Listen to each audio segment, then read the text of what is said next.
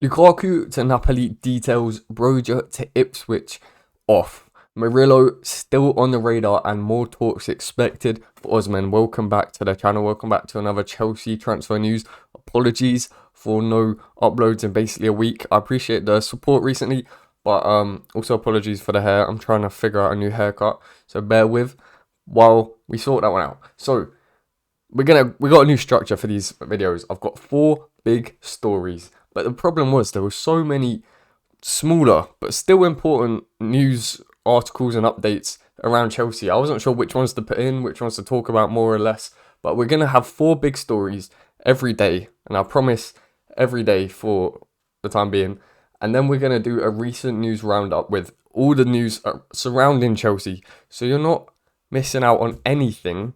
And then at the end, I'm going to do a quick just check of the timeline to see if there's any new updates that I've missed while I'm recording, so you will not miss a single thing from the past 24 hours about Chelsea.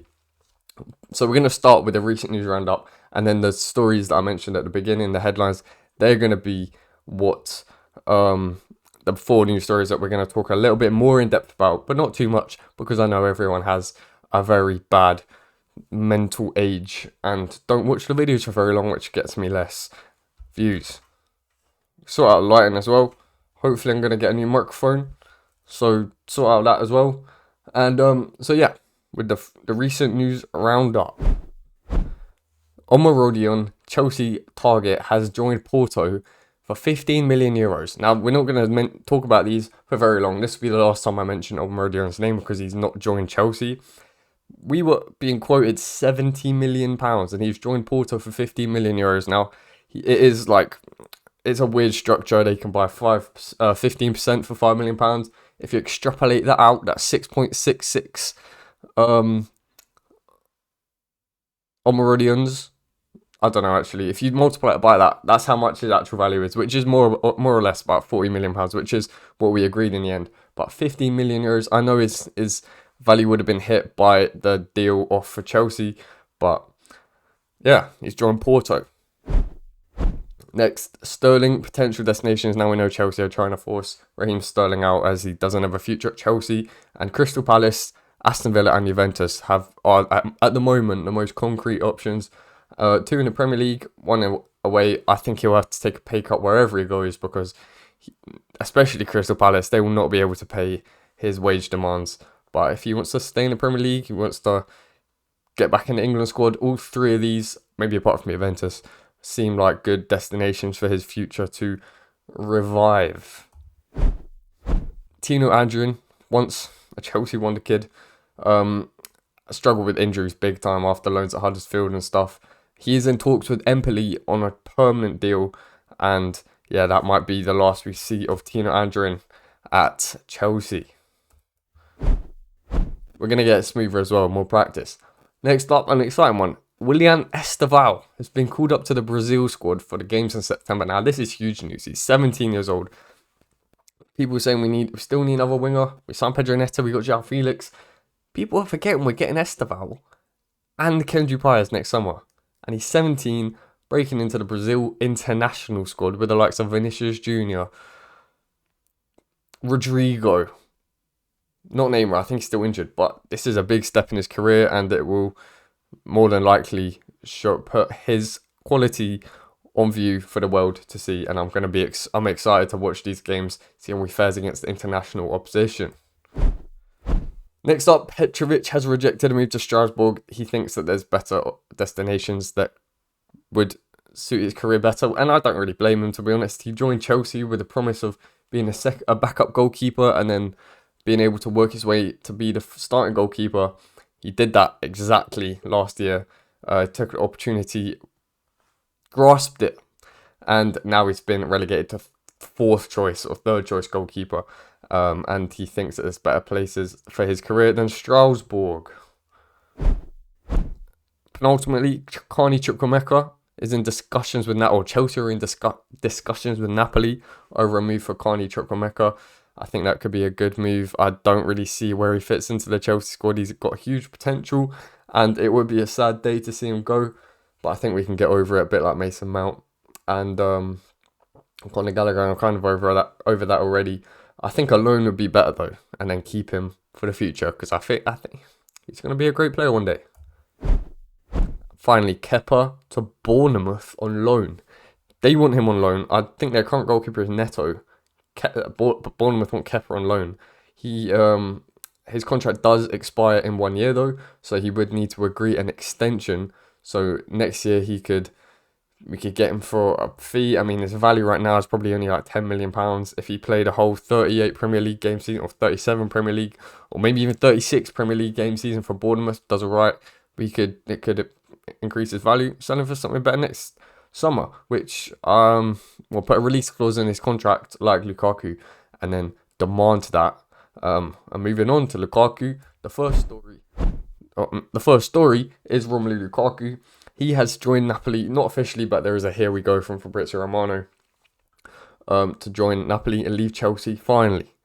30 million euros plus 15 million euros in add-ons adds up to the 45 million euros Chelsea were asking for. I think that's good business. I mean, obviously we signed for £100 million, and overall it's pretty bad business, but we've done what we can with the situation. That was the old owners. These are the new.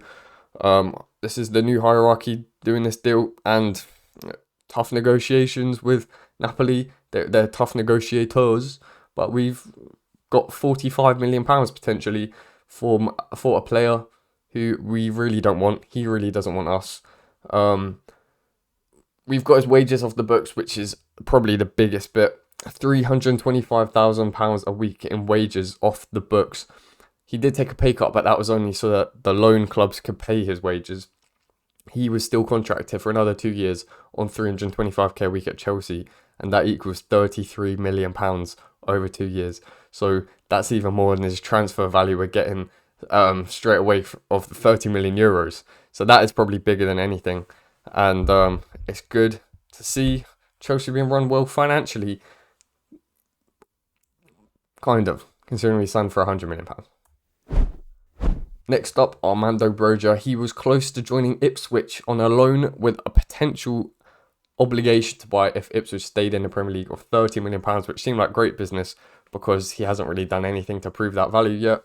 It seemed like everything was going well, but in the last 48 hours, there's been paperwork issues, and Jacob Steinberg said the deal was in danger of collapsing. And this morning, Fabrizio Romano has said in the formal steps, it is pretty much collapsed and all parties are exploring different solutions, which is not great because that seemed like a great deal for him, for Ipswich and Chelsea.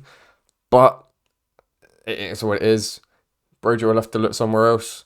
Chelsea will have to sell him to somewhere else. I don't think we're going to get that sort of money, £30 million from any other clubs, which is a shame. But we'll have to see, maybe Southampton, another Premier. I wonder why it went wrong. Maybe it'll come out. Maybe he last minute decided, no, I don't want to go to Ipswich permanently. It would have been a good move. I don't know. We'll have to see. It will be interesting if it does come out why it collapsed. But I think at the end of the window, he will not be a Chelsea player anymore. Thirdly, Murillo, the Nottingham Forest centre-back. He's 21 years old, but a big, big guy. I think he's Colombian or something. I don't want to get that wrong. No, he's Brazilian. According to Simon Jones, he is on the radar of Chelsea if Chalobah, Disasi and Badiashile all leave, which we know Chalobah's going to leave. We forced him out. Disasi, there has been links and rumours of him going to Newcastle or then potentially targeting Disasi. But Badiashile, there's been no rumours about his exit. He hasn't particularly impressed at his time at Chelsea, but he is still young, and I think it's a bit like Mudryk. You can see sometimes his physicality it helps him defend. He can put in a good tackle here and there, but there are some high profile mistakes.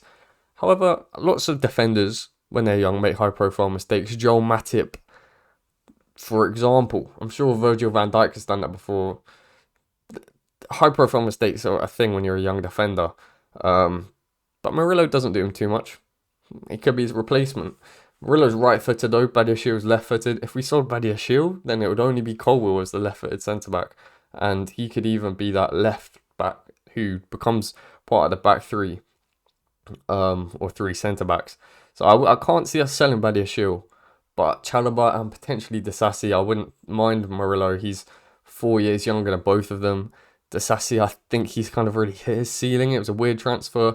Apparently, it was more Disasi and Badiashile were kind of brokered by Lawrence Stewart, who used to work at Monaco.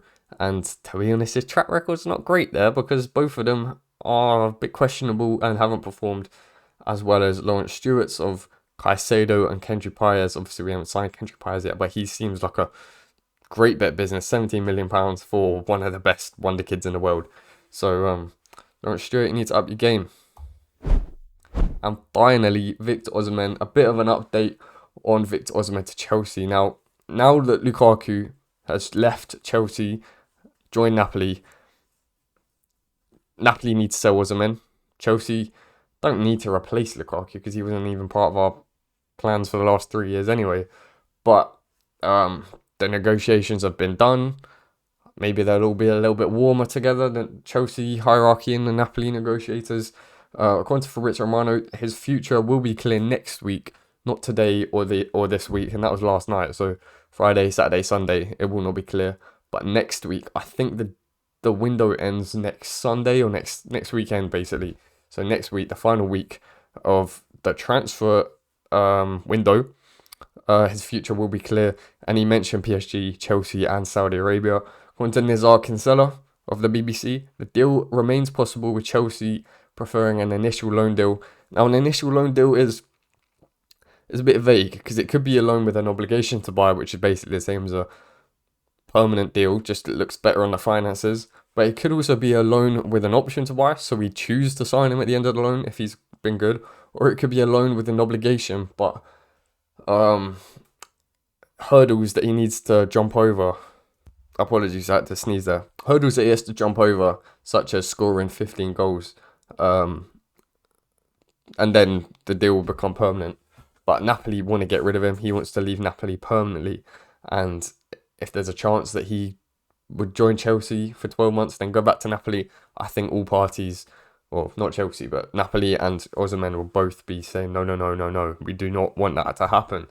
And then finally, according to Sky Cover, I don't know how you say it, Cover, more talks are expected in the next few days.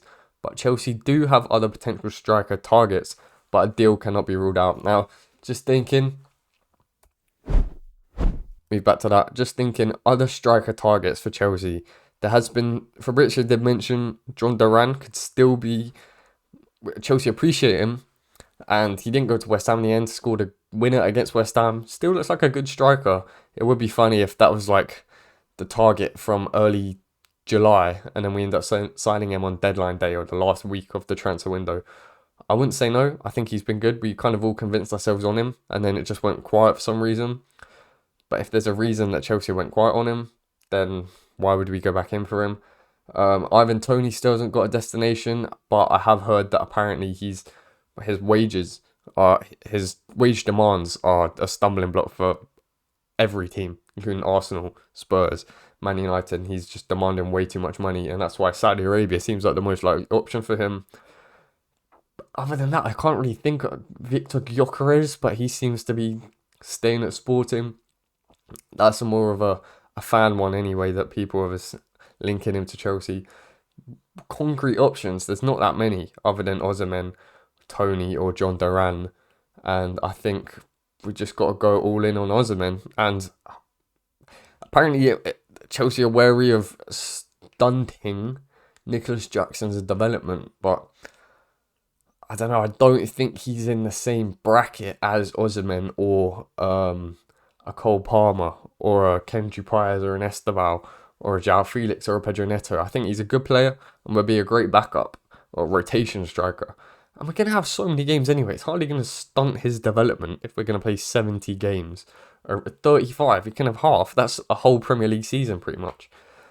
I don't think he's in the same bracket as the others. So, but they apparently do. And I can't, why would we turn down Osman to make Nicholas Jackson feel better? I think you will go out on loan. I'm trying to sort out this lighting, my bad. But yeah, let me know what you think, and we'll wrap up the video. I forgot to do this at the start. Subscribe, please. Like the video, comment your thoughts. we'll have a big conversation in the comments section. The video does not end here. And yes, like I said, I'll do a quick check of the latest news for you guys so you're not missing out on anything. What have I missed? Just Broja is on the move. The Broja move is on the verge of collapsing now. Tino Andrin is expected to complete the permanent move to Empoli.